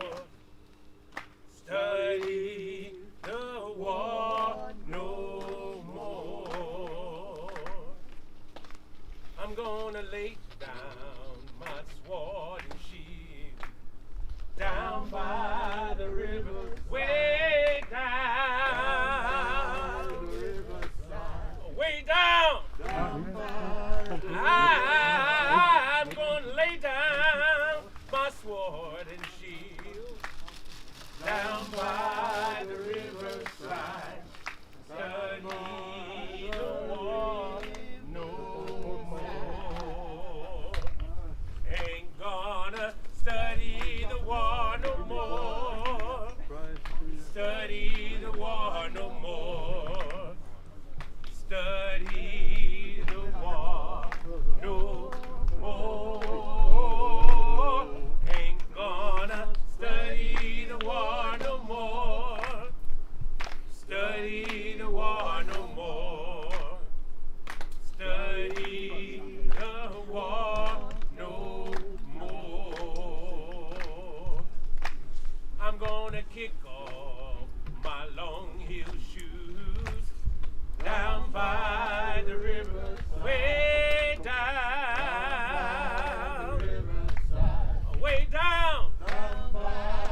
I'm gonna kick off my long heel shoes down by the riverside and study the war no more.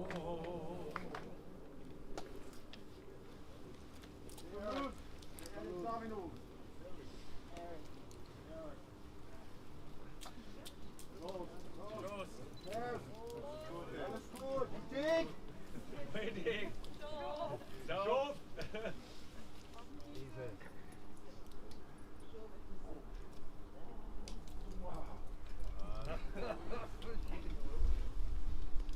Eric. Mom and Dad. Myself.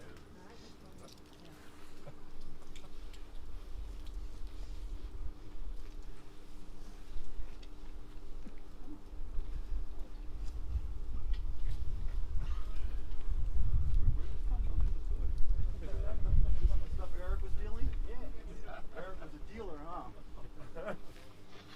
Moonshiner. Yeah, he was moonshining it, man. Got to give it to my brother on that one.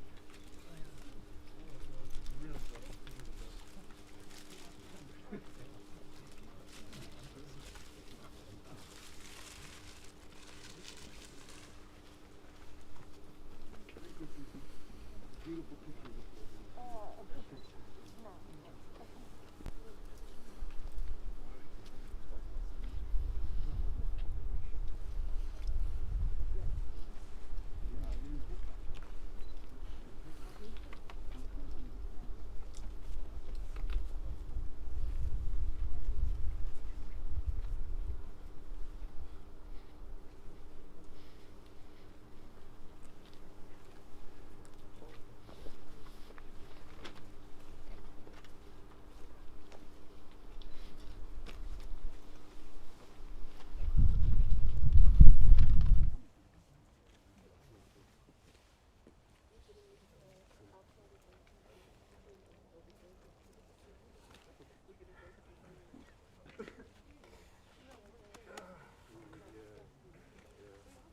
Yeah. For you.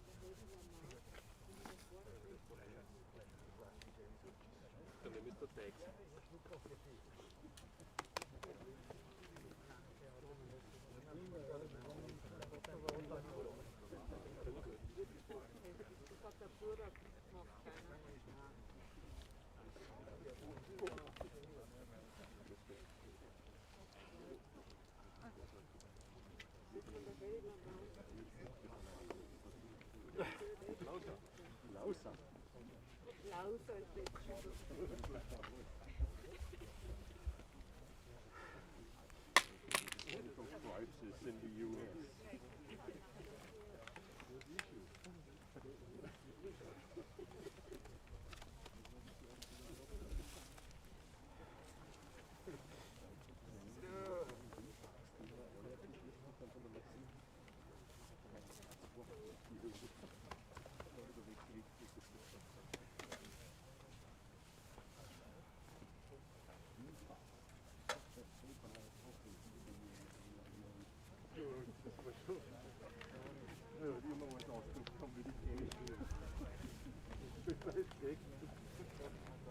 Gut ausgedrückt.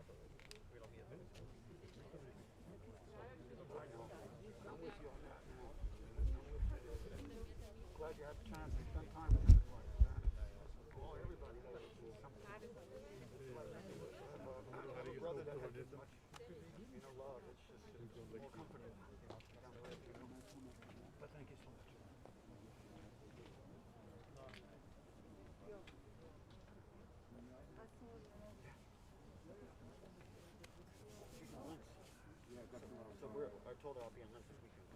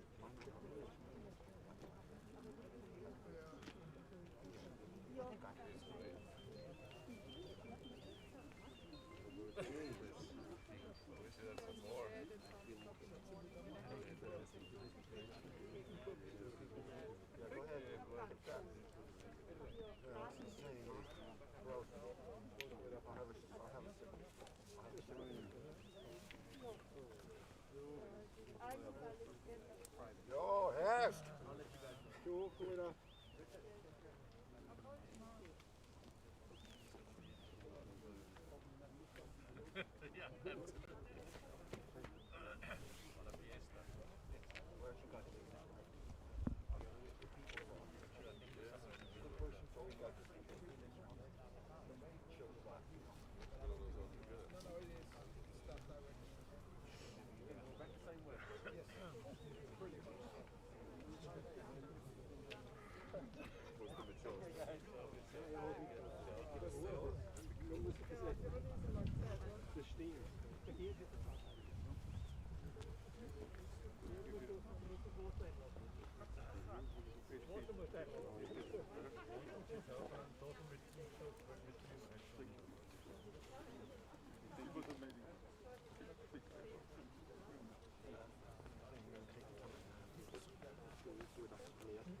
Yeah, man. Yeah.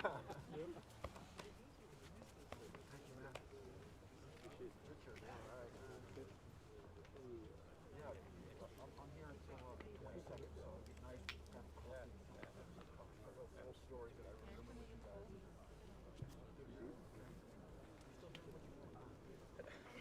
Learn anything else? Yeah. We do.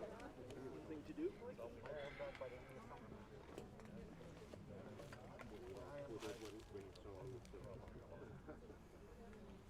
Yeah.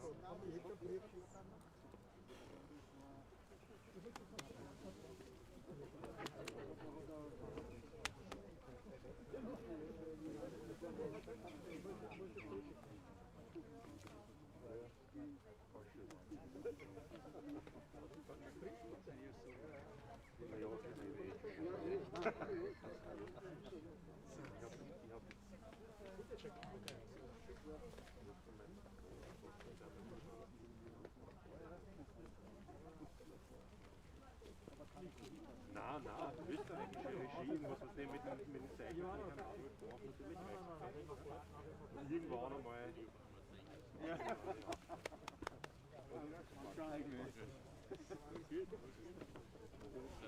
Now we see each other next week. You hear the 22nd? No, I have to bring her back to Germany. When you get back to home, a really nice event. Was? Das wurde ja schon. Thank you. Richard.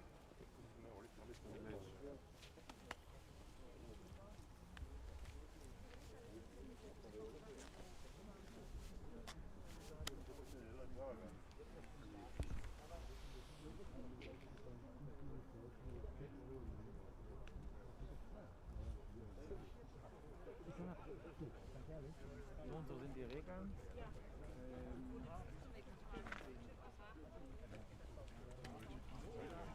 Axel, Papa.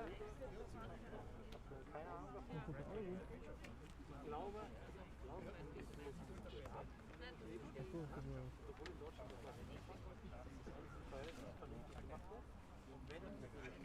wenn der Staat sagt, das ist Regel, ist das meine Regel.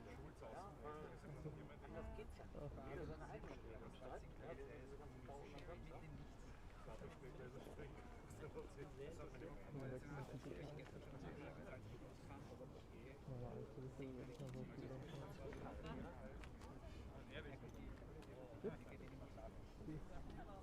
Danke.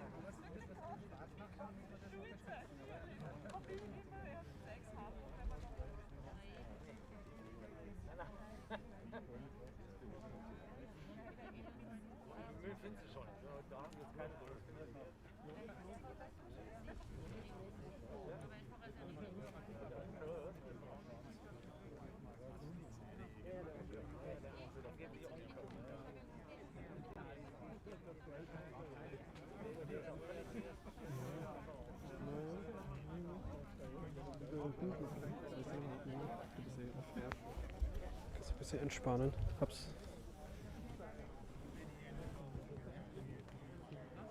Hm?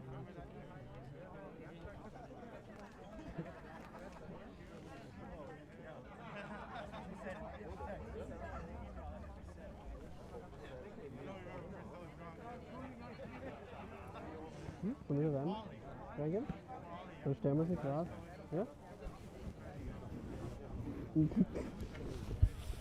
Wobei, so, was ich jetzt vom Erich kennengelernt habe, würde das lustig finden. Achso? Ja. Ausstellen, oder? Weil ich will es jetzt nicht halten, oder?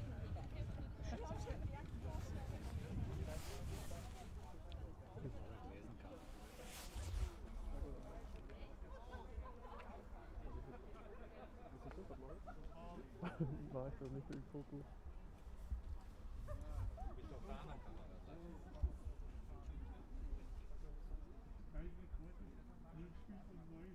Ich glaube, ich hab's, ja.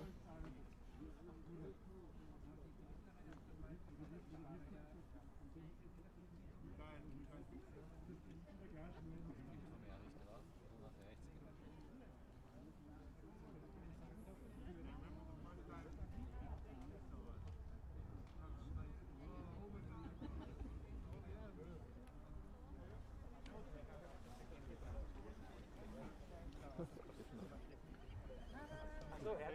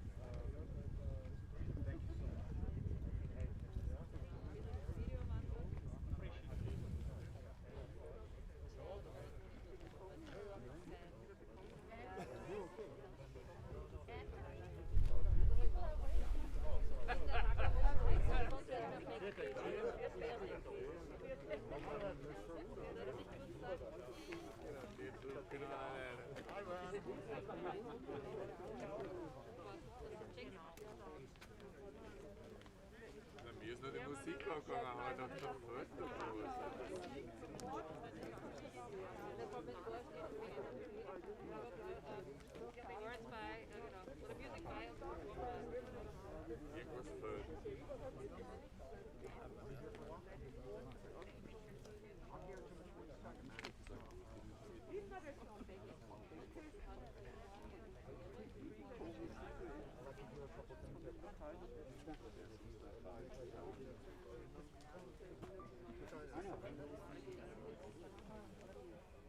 Aber die waren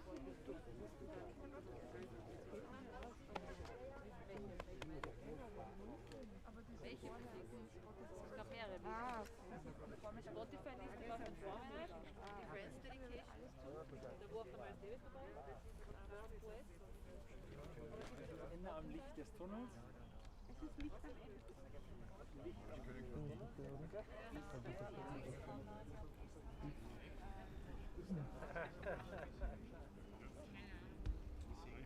Das ist die 4K oder die 6K?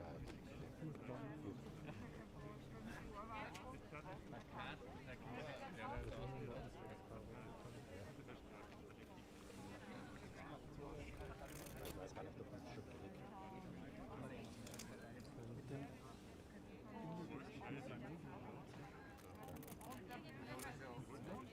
Das haben wir ja auch letztes Mal besprochen, mit seinem Das Atem. Ja. Also da war ja gerade Lockdown Anfang und durchgehen sich das erstmal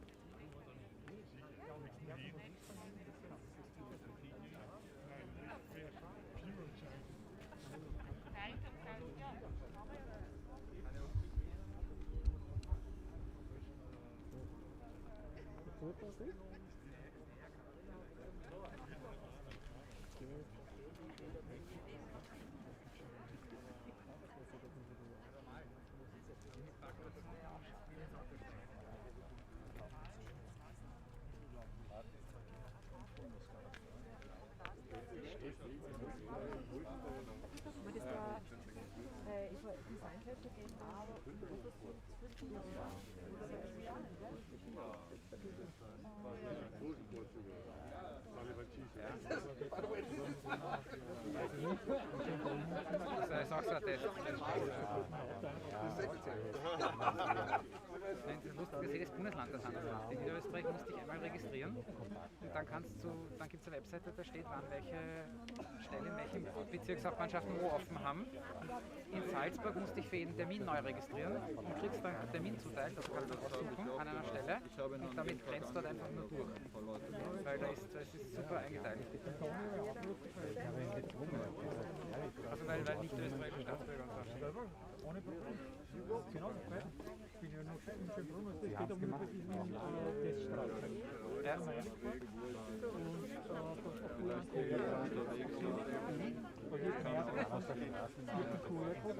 Also und das ist dann hinterlegt und dann kriegst du dann das Ergebnis raus. Ja,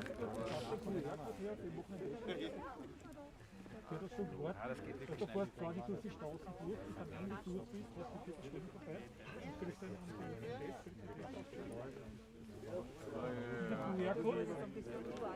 Das hätten wir schon im November machen sollen.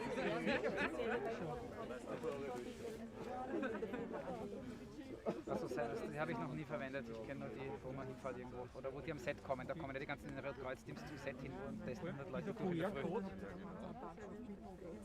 Ja, aber ich meine jetzt allein für die Zauberflöte haben wir jetzt zweimal die Woche 4 Rotkreuz-Mitarbeiter und einen Arzt da. Damit die 100 Leute plus Komparsen und Statisten beim Check-in testen und 4 Leute, die nur die Atmung machen. Was das kostet, ist zwar wild, aber so kann man wenigstens drehen. Und das ist jetzt seit einem halben Jahr gang und gäbe und alle anderen Branchen regen sich auf, deswegen verstehe ich das manchmal nicht. Ich würde sagen, das wäre es ja eben. Na sicher, alle testet, dann macht das Problem. Egal, also wo es da Wasser gibt, oder also den Kinderplatschen. Totaler Kommunikationssuperbau, was man produziert. Ja, die kommunizieren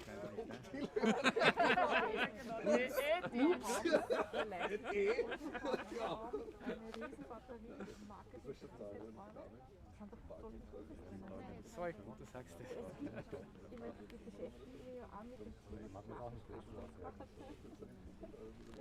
Das war halt kein Hammer anzufangen. Ich brauche nur den Kodierung so gewesen, also man sich nicht... Ja, auch.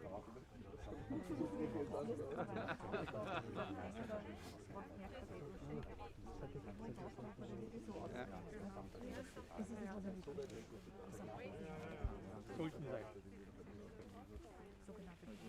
Sollten Profis sein. Man schaut nicht so aus, sagen wir so.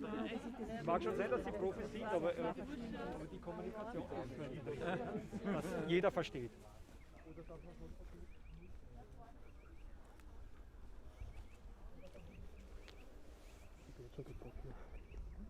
habe jetzt schon keinen Bock mehr.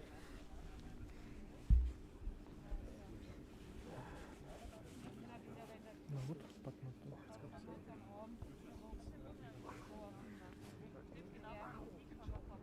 Scheiße, ich hab Zeit. Ja, was? Ich kann nicht rein. Ich weiß schon, wo das ist. Das ist ziemlich hoch. Das ist ja gar nicht. Was scharf ist. Ja, das ist irgendwie